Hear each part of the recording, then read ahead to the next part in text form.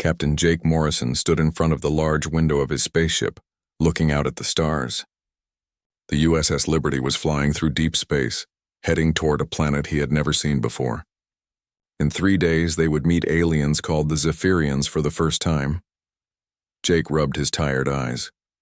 He had been reading reports about these aliens for weeks. The papers were thick and full of rules.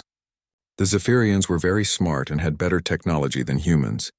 They lived by strict rules and treated everything like a business deal. "Captain," said Dr. Lisa Grant as she walked into the room. She carried more papers in her hands. Lisa was the ship's expert on alien life. "I have more information about the Zephyrians," Jake sighed. "More rules?" "Yes, sir. They don't understand why someone would give a gift without wanting something back. To them, everything must have equal value. If you give them something, they must give you something of the same worth." Jake shook his head. "That sounds cold." "It is, sir. They also don't show emotions the way we do. Smiling might confuse them. Laughing could make them angry. We must be very careful." Lieutenant Ben Carter, the young man who handled communications, joined them. "Captain, we just got a message. The Zephyrian princess is coming to our ship tomorrow. Her name is Princess Lirelei." "A princess?" Jake asked. "Yes, sir. She's important. The reports say she will decide if humans are good enough to join the big group of planets. If she says no, we might have to stay on Earth forever." Lisa nodded. "The pressure is on us, Captain. One wrong move and we could ruin everything for humanity." Jake looked out at the stars again. Growing up on a farm in Ohio, he never thought he would be talking to alien princesses. He was a simple man who believed in treating people fairly and being kind. But these aliens seemed to think kindness was weakness. "Sir," Ben said, "Ambassador Kate Phillips wants to see you. She's in meeting room 2. Jake walked down the hall to find Ambassador Phillips. She was the head of the diplomatic team and had been to many planets before. When Jake entered the room, she looked up from her computer screen. "Captain Morrison," she said in a serious voice, "we need to talk about tomorrow." "What about it?" "When Princess Lirelei comes aboard, you must follow the exact rules. No jokes, no friendly talk, no touching. The Zephyrians think physical contact is rude unless it's part of their ceremony." Jake sat down. "Kate, we're just people trying to make friends with other people." "No, Captain. These are not people like us. They are aliens with completely different minds. If we act too human, they will think we are stupid or dangerous. But being human is what we are." Kate's face became red. "Captain, I've spent years learning how to talk to aliens. Trust me on this. Be polite, be formal, and do not do anything that isn't in the rulebook." That night, Jake couldn't sleep. He walked around the ship thinking about the next day. In the eating area, he found Chief Engineer Sam Rodriguez drinking coffee. "Can't sleep either?" Sam asked. Jake sat down. "I keep thinking about these Zephyrians. They sound like robots." "Maybe they are," Sam laughed. "But hey, at least they're smart robots." "Sam, what if we're doing this wrong? What if being human is exactly what they need to see?" "What do you mean?" "I mean, what if our kindness and emotions are not weaknesses? What if they're our strengths?" Sam looked at his friend. "Captain, that's a dangerous thought. Ambassador Phillips would not like it. I know. But I can't shake the feeling that we're trying to be something we're not." The next morning, the ship was busy. Everyone cleaned their uniforms and practiced the greeting ceremony. Dr. Lisa Grant checked her alien translation device over and over. Ben Carter made sure all the communication systems worked perfectly. Jake put on his best uniform but kept his old leather jacket nearby. His wife had given it to him years ago. It was brown and worn with scratches and faded spots. He wore it when he felt nervous or missed home. "Captain," Ben called over the ship's communication system. "The Zephyrian ship is here." Jake looked out the window and saw something amazing. The alien ship was huge and looked like it was made of silver and blue light. It was 3 times bigger than the USS Liberty and made no sound as it moved. "They're asking permission to come aboard," Ben said. "Tell them yes." Jake went to the main entrance with Ambassador Phillips, Dr. Grant, and 6 other crew members. They stood in a straight line, just like the rulebook said. The door opened with a soft sound. Cold air came in, even though the ship's computer said it had set the temperature to what Zephyrians liked. Princess Lirelei walked in first. She was tall and thin, with pale blue skin that seemed to glow softly. Her eyes were large and completely black. She wore a long, flowing dress made of material that looked like liquid metal. Behind her came 4 other Zephyrians, all dressed in similar clothes. "Welcome to the USS Liberty," Ambassador Phillips said, using the exact words from the rulebook. "We are honored by your presence." The princess nodded once. When she spoke, her voice was clear but emotionless. "I am Princess Lyrelei of the Zephyrian Empire. I come to judge if your species deserves to join the Galactic Council." "We understand the importance of this meeting," Phillips replied. Jake watched the princess carefully. Something seemed wrong. Her skin had tiny bumps on it, and she held her arms close to her body. Even though the ship's computer said the temperature was right for her species, she looked cold. The princess walked around the entrance area, looking at everything with her black eyes. She touched the walls and examined the human technology. Her 4 guards stayed close but said nothing.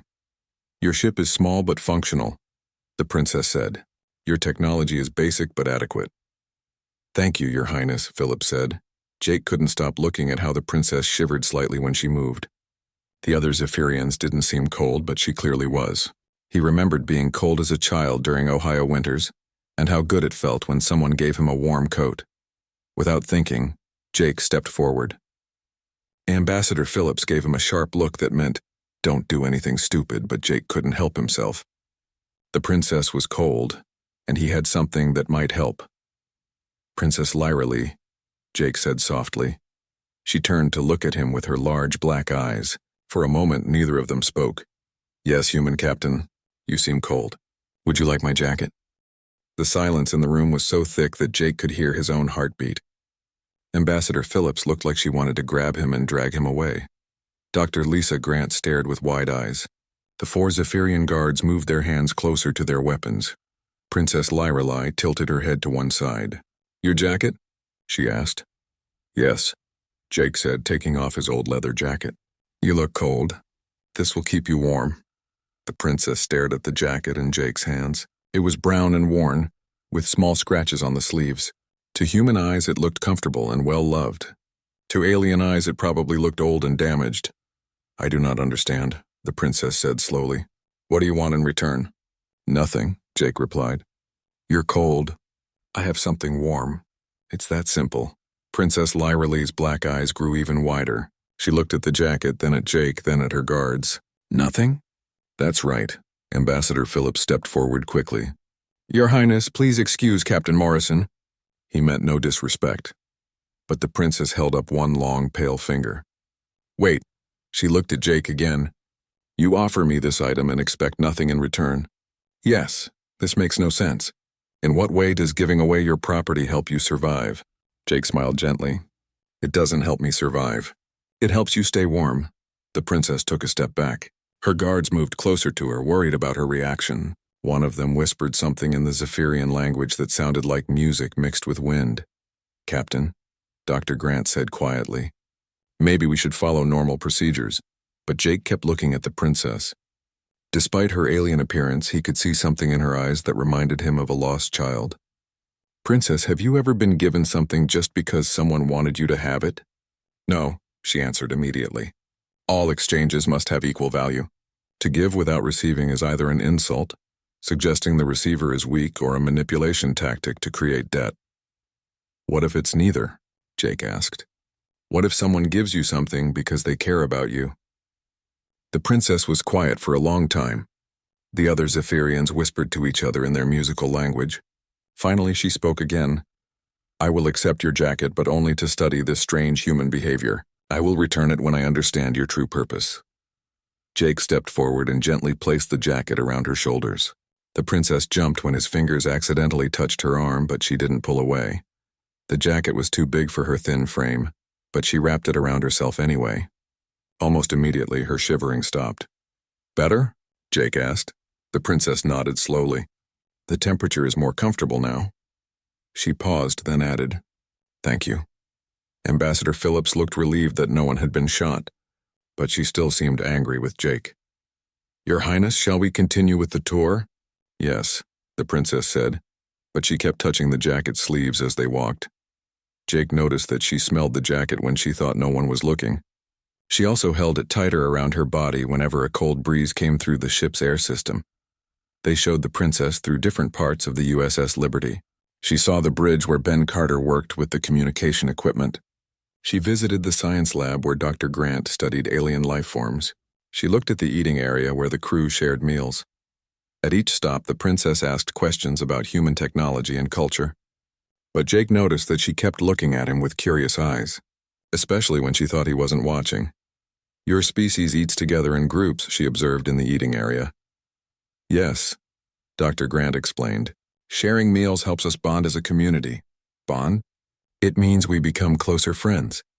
We care about each other more." The princess frowned. "This serves no practical purpose for survival." "Actually, it does," Jake said. "When we care about each other, we work better together. We're stronger as a group. But you waste time on emotions instead of efficiency." "Maybe. But those emotions make us want to help each other, like when someone is cold." The princess touched the jacket again. During the tour, Jake watched the other Zephyrians. They moved like robots, always staying the same distance apart. They didn't talk to each other unless it was necessary. When one of them needed to check a device, the others waited without showing any interest in what their companion was doing. But Princess Lyrelei was different. She seemed to notice everything about the human crew. When Lieutenant Ben Carter smiled at her, she studied his face carefully. When Dr. Grant laughed at something Chief Engineer Sam Rodriguez said, the princess tilted her head like she was trying to understand the sound. "Princess," Jake said as they walked, "can I ask you something?" "Yes." "Are you always cold on your home planet?" She looked surprised by the question. "Temperature is regulated for optimal efficiency. Personal comfort is not considered important. But you're more comfortable now, right?" She pulled the jacket tighter. "Yes, but I do not understand why this matters to you." "Because you matter." The princess stopped walking. Her guards bumped into each other because they hadn't expected her to stop. "I matter to you, but you do not know me. You're a living being who is uncomfortable. That's enough." For the first time since coming aboard, the princess showed emotion. Her black eyes seemed to shimmer and her voice was softer when she spoke. "On my world, only those with high rank matter to others. Those with low rank exist only to serve." "That sounds lonely." "Lonely?" She repeated the word like she had never heard it before. "Yes, it means feeling sad because you don't have friends or people who care about you." The princess was quiet for several minutes as they continued walking. Finally, she said, "I have never had friends." Jake felt sad for her. "Well, maybe you can have some now." That evening, after the princess had returned to her ship, Ambassador Phillips called Jake to her office. "Captain Morrison," she said angrily, "what were you thinking? You completely ignored our protocols." She was cold, Kate. "So what? These aliens don't think like us. You could have ruined everything. But I didn't." She accepted the jacket. "Only because she thinks you're trying to trick her somehow." Dr. Grant knocked on the office door and came in. "Captain Ambassador, we have a problem." "What kind of problem?" Phillips asked. "I've been monitoring communications from the Zephyrian ship. Princess Lyrelei has sent 3 urgent messages to her homeworld in the last 2 hours. Jake's heart sank. "What did she say?" "I couldn't translate most of it, but I heard her use the word for impossible many times. She also used a phrase that means behavior that breaks natural law." Ambassador Phillips put her head in her hands. "Captain Morrison, I think you may have just convinced the Zephyrians that humans are too dangerous to trust." But Jake wasn't so sure. He remembered the way the princess had smiled when she smelled his jacket. He remembered how she had said thank you without being prompted by protocol. Maybe, just maybe, he had shown her something her people had never seen before. Something wonderful. Something human. On the Zephyrian homeworld of Zephyr Prime, the High Council met in emergency session. The great silver tower where they gathered had not seen such urgent activity in over a century. High Counselor Vexhai, who was older than most mountains, sat at the head of the curved table with his 6 fellow council members. "Read the princess's message again," Vexhai commanded. Council member Thexana stood and activated the holographic display. Princess Lyrelei's image appeared, still wearing Jake's leather jacket. "Honored Council," the recording began. "I must report an impossible occurrence. The human captain gave me an object of personal value and refused all compensation. When pressed, he claimed he wanted nothing in return. He stated that my comfort was sufficient reason for the exchange." The council members whispered to each other in alarm. The recording continued. I have scanned the object for hidden technology, biological agents and psychological manipulation devices. I found nothing. The human appears to have genuinely given me something simply because I appeared cold. This behavior violates all known laws of intelligent species survival. High Counselor Vexhai raised his hand for silence. Has anyone in our recorded history encountered such behavior? The Council's memory keeper, a very old Zephyrian named Kolwex, consulted his vast database. No, Honored Counselor.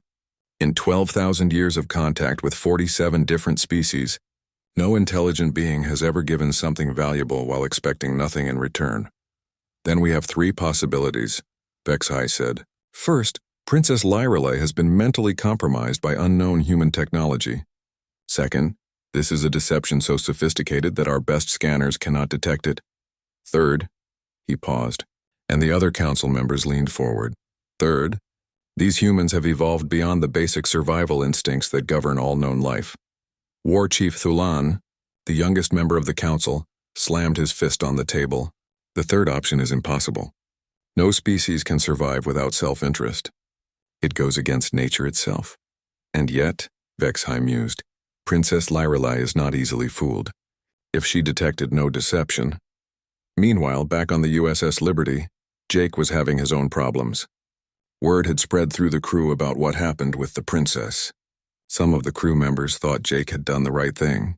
Others worried that he had doomed humanity's chances of joining the galactic community. Commander Rick Torres, the ship's military attaché, confronted Jake in the hallway. Captain, Torres said, half my security team thinks you're a hero and half thinks you're crazy. Which one are you? I'm just a guy who gave a cold person a jacket, Rick. But that cold person decides if humans get to explore the galaxy or stay trapped on Earth forever. Jake sighed. I know the stakes, Rick, but I couldn't just stand there and watch her shiver. In her quarters, Dr. Lisa Grant was studying video recordings of Princess Lyrelei's visit. She watched the moment when Jake offered his jacket over and over again. Something in the princess's expression fascinated her. Ben Carter knocked on Dr. Grant's door. Lisa, can I come in? Sure, Ben. What's on your mind? I've been thinking about what the captain did. At first, I thought it was a mistake. But now what? Well, I watched the princess during the whole tour. After she put on the jacket, she seemed different. More curious about us, more human, I guess, Lisa nodded. I noticed that too. And did you see how she kept touching the jacket? She even smelled it when she thought no one was looking. What do you think that means? I think, Lisa said slowly, that we may have just given an alien her first experience with comfort. Back on the Zephyrian ship, Princess Lyrelei sat alone in her quarters. She had not taken off Jake's jacket since returning from the human vessel. The brown leather was warm against her skin, and it carried a scent that was completely foreign but somehow pleasant. She kept thinking about Captain Morrison's face when he offered her the jacket. There had been no calculation in his eyes, no hint of hidden motives. Just genuine concern for her comfort. This troubled her deeply. Everything she had been taught about intelligent behavior said that such an action was impossible. She activated her personal communication device and sent a message to her younger brother, Prince Keldon. Brother, I need to speak with you privately. Within minutes, Keldon appeared on her screen. Unlike most Zephyrians, he had always been curious about other species and cultures. Sister, what troubles you? Keldon, have you ever wondered what it would be like if someone cared about your happiness without gaining anything from it? Her brother's eyes widened. Lyrelei, such thoughts are dangerous. You know that personal happiness is irrelevant to the greater efficiency of our society. But what if it isn't irrelevant? What if caring about others actually makes a species stronger? Where are these ideas coming from? Princess Lyrelei touched the jacket. The humans, brother. They do things that make no sense according to our understanding of intelligent behavior. Yet they seem content in a way we are not. Keldon was quiet for a long time. Finally, he whispered, I have wondered about this too, sister. I have studied human culture in secret. They have something we lack. What is it? Joy, he said. They take pleasure in simple things. They laugh without purpose.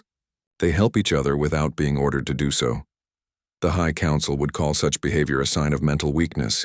Yes. But what if the High Council is wrong? This was a dangerous thing to say. Questioning the High Council was forbidden. but as Princess Lyrelay sat wearing a human's jacket, feeling warmer and more comfortable than she ever had before, she began to wonder if many things she had been taught were wrong. The next morning, Jake was awakened by urgent knocking on his door. Ben Carter stood outside looking worried. "Captain, we have a big problem. 3 more Zephyrian ships just arrived. Big ones." Jake quickly got dressed and hurried to the bridge. Through the main window he could see 4 massive alien vessels surrounding the USS Liberty. They were dark and threatening, with weapons that could destroy the human ship in seconds. "Are they hostile?" Jake asked. "We don't know, sir. They haven't said anything yet." Ambassador Phillips arrived on the bridge looking pale. "Captain, I think we're about to find out if your little gift exchange was worth starting a war over." Dr. Grant checked her instruments. "Captain, I'm reading some kind of energy buildup in their weapon systems." Just then, Ben's communication system came to life. A deep, ancient voice spoke in perfect English. "Human vessel, this is High Counselor Vexhai of the Zephyrian Empire. You will prepare to be boarded immediately." Jake took a deep breath. "Ben, open a channel." "Channel open, sir. High Counselor Vexhai, this is Captain Jake Morrison. You are welcome aboard our ship."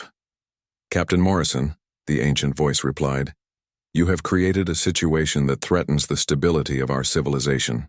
Princess Lyrelay has reported behavior that our scientists say is impossible. You will explain this immediately, or we will consider your species a threat to galactic order." Jake looked around the bridge at his crew. They all looked scared, but they also looked determined to stand by their captain. "I understand your concern, High Counselor," Jake said. "I'll be happy to explain anything you want to know." "Prepare for transport," Vexhai commanded. As Jake waited for the aliens to arrive, he thought about his old jacket and the cold princess who had wrapped it around herself. He had given her a simple gift out of kindness, and now it seemed like that kindness might change the galaxy forever. He just hoped it would change it for the better. High Counselor Vexhai was the most frightening being Jake had ever seen. The ancient Zephyrian was nearly 8 feet tall, with skin so pale it was almost transparent. His black eyes seemed to see everything at once, and when he spoke, his voice carried the weight of centuries. He materialized on the USS Liberty's bridge along with War Chief Thulan and 3 other Zephyrian officials. Princess Lyrelay came with them, still wearing Jake's leather jacket. "Captain Morrison," Vexhai said without any greeting, "you have disrupted the natural order of our galaxy." Jake stood straight, trying not to show his fear. "I'm not sure what you mean, High Counselor. You gave Princess Lyrelay an object of value while expecting nothing in return. Such behavior is impossible according to all known laws of intelligent life." War Chief Thulan stepped forward. He was younger than Vexhai, but just as intimidating. "We believe you are using some form of advanced mind control technology. How else could you affect our princess so dramatically?" Jake looked at Princess Lyrelay. She stood quietly between the other Zephyrians, but her eyes met his for just a moment. In that brief look, Jake saw something that gave him hope. She wasn't afraid of him. If anything, she seemed to be trying to tell him something. "High Counselor," Jake said, "I'm not using any kind of mind control. I just gave her my jacket because she looked cold." "Impossible," Thulan snapped. "No species gives away resources without gaining advantage. It violates the most basic survival instincts." Dr. Lisa Grant stepped forward. "May I speak, High Counselor?" Vexhai nodded. "We brought a specialist with us," Lisa said. "Dr. Susan Park is a human psychologist. She studies how human minds work. Maybe she can explain why we behave the way we do." Dr. Park was a small woman with kind eyes and gray hair. She had joined the diplomatic mission specifically to help aliens understand human psychology. Now she faced the most important conversation of her career. "High Counselor," Dr. Park began, "humans evolved differently than other species you've encountered. We survived not just by being strong individually, but by working together in groups. All pack species work together." Thulan interrupted. "That is not unusual." "Yes, but human cooperation goes beyond simple pack behavior. We develop something called empathy. It means we can feel what other people feel. When someone is sad, we feel sad too. When someone is cold, we want to help them get warm." Vexahai's ancient eyes studied Dr. Park carefully. "You claim this empathy helped humans survive?" "Yes. When humans help each other without being forced to, the whole group becomes stronger. A human who helps others will receive help in return when they need it. But the individual act of helping doesn't require immediate payment." "This makes no logical sense," War Chief Thulan said. "Resources are limited. Giving them away weakens the giver. Not always, Jake said. Sometimes giving makes everyone stronger. Princess Lyrelay spoke for the first time since arriving. High Counselor, may I share my observations? Vexai nodded. During my time on this ship, I observed behavior that supports Dr. Park's explanation. I saw Lieutenant Carter share his food with another crew member who seemed sad. I watched Dr. Grant comfort someone who received bad news. I witnessed Chief Engineer Rodriguez fix something for another person without being asked.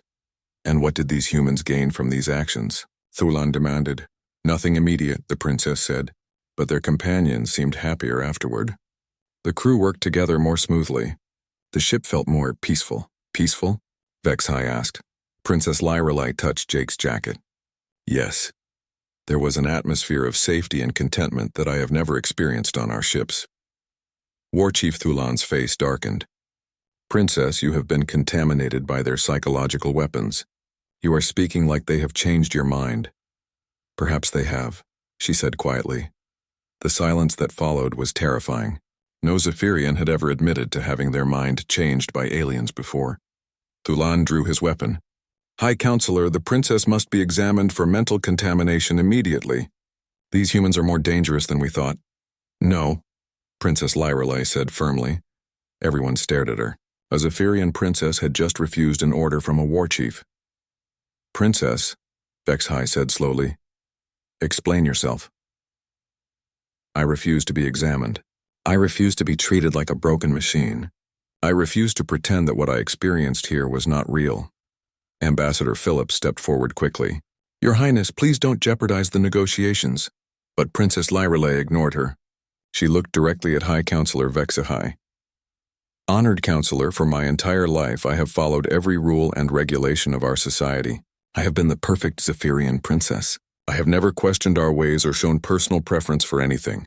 And now, Vexai asked, now I have experienced something our society says cannot exist. I have been treated with kindness by a being who gained nothing from treating me well. I have felt comfort and safety without having to earn them through rank or achievement. She pulled Jake's jacket tighter around herself. I have learned what it means to matter to someone simply because I exist, War Chief. Thulan raised his weapon higher. High Counselor, she is clearly mentally compromised. We should take her back to Zephyr Prime for treatment immediately. And what if I refuse to go? Princess Lyrelay asked. The question shocked everyone, including Jake. Zephyrians never disobeyed orders, especially royal Zephyrians. You cannot refuse, Thulan said. You are property of the Empire, am I? She asked. Or am I a being with the right to choose her own path? Jake couldn't stay quiet any longer. High Counselor, your princess has done nothing wrong. She's just learned that she has value as an individual, not just as a title. Silence, human, Thulan commanded. You have already caused enough damage. But Vexai held up a hand. The ancient Zephyrian was studying Princess Lyrelay with an expression Jake couldn't read. Princess, Vexai said, what do you want? I want to stay with the humans and learn more about their way of life. I want to understand what it means to choose my own destiny. That is treason, Thulan said. Then I am a traitor, Princess Lyrelay replied. The bridge fell silent except for the quiet hum of the ship's engines. Jake could feel history being made in this moment. But he didn't know if it would lead to peace or war.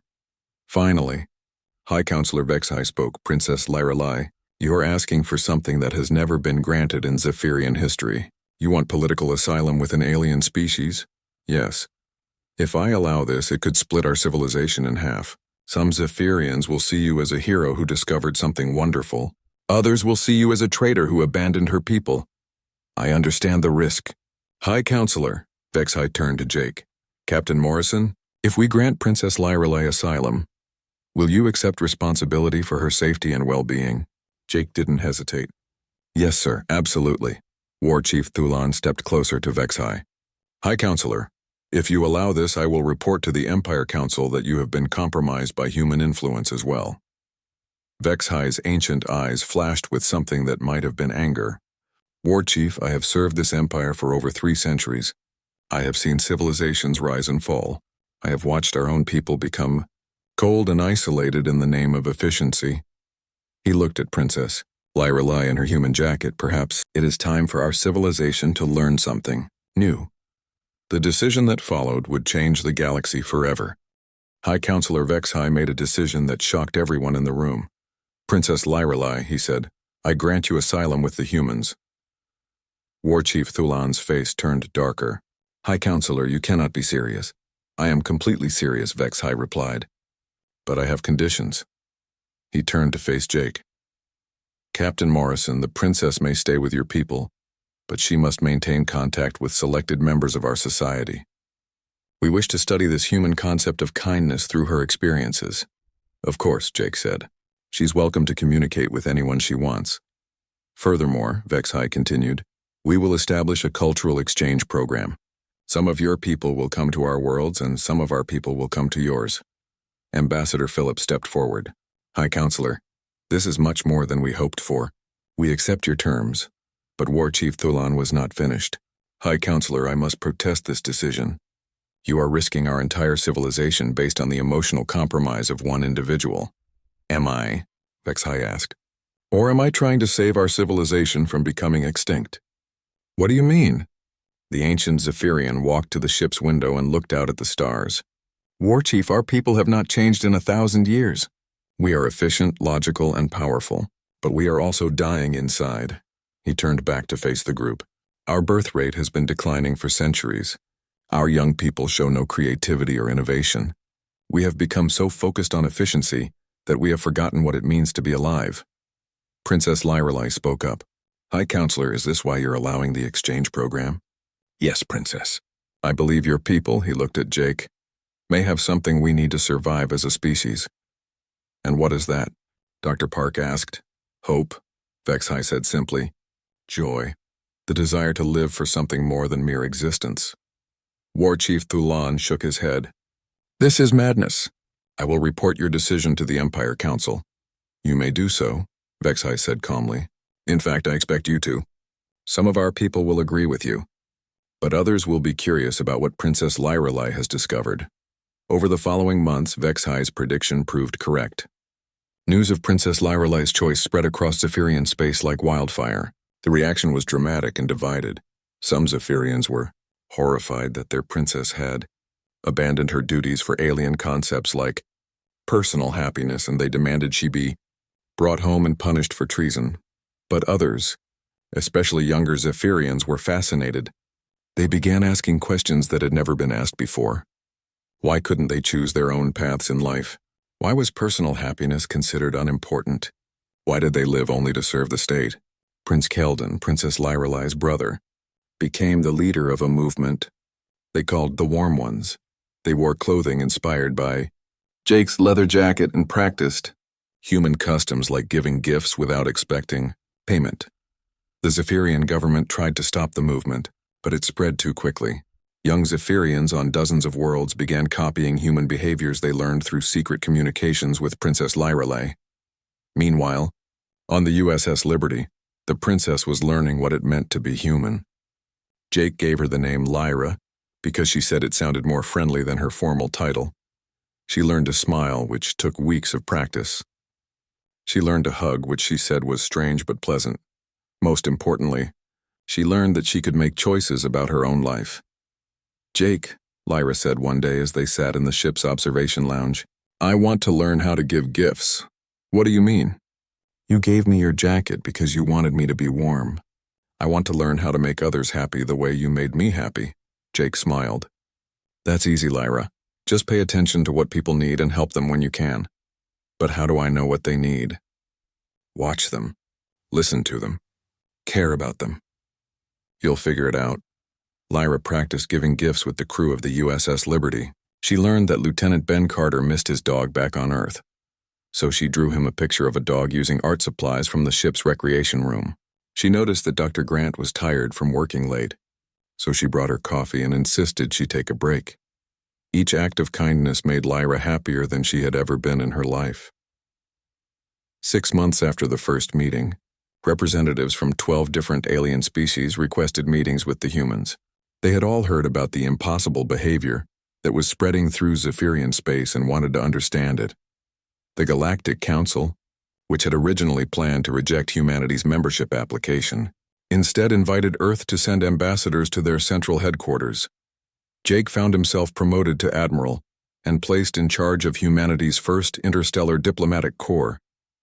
But he never forgot the moment that started it all. 1 year later, the first Interstellar Unity Festival was held on a neutral space station. Representatives from 30 different species came together to share their cultures and learn from each other. Jake walked through the festival, amazed at what he saw.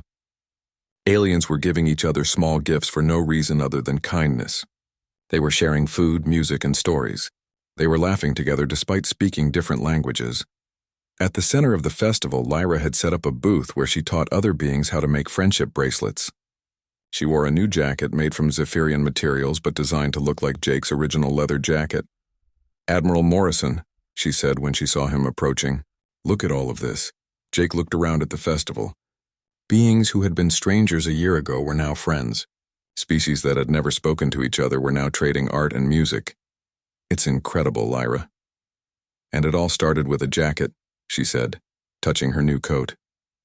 "No," Jake said. "It started with you being cold and me noticing that you mattered." Lyra smiled, something she had become very good at over the past year. "Jake, I have learned that humans have a saying about small actions having big consequences. The butterfly effect?" "Yes. Your kindness was the butterfly wing that changed the galaxy."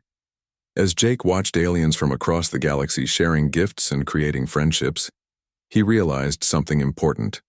Humanity's greatest strength was not their technology or their intelligence. It was their ability to see a stranger in need and think, "I can help." That evening, as the festival continued around them, Lyra approached Jake with something in her hands. "I have something for you," she said. "What is it?"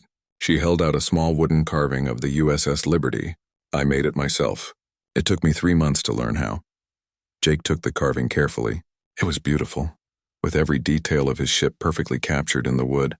"Lyra, this is amazing. What do you want in return?" She laughed, a sound that still surprised him because it was so full of joy. "Nothing, Jake. I made it because you mattered to me." Jake felt tears in his eyes as he hugged his alien friend. Around them, the galaxy celebrated the discovery of something that humans had always known but never realized was special. The simple truth that everyone matters, the simple power of kindness, the simple magic of caring about others just because they exist, and it all started with a cold princess and a warm jacket, given freely by a human who believed that being kind was more important than following rules. In the years that followed, historians would write about the Great Galactic Awakening, the period when dozens of civilizations learned to value individual happiness and personal choice. They would discuss the political implications and the technological advances that came from increased cooperation between species. But Jake Morrison, the farm boy from Ohio who became the galaxy's first human ambassador, knew the real truth. Sometimes the most important changes in the universe begin with one person noticing that another person needs help, and choosing to help them anyway.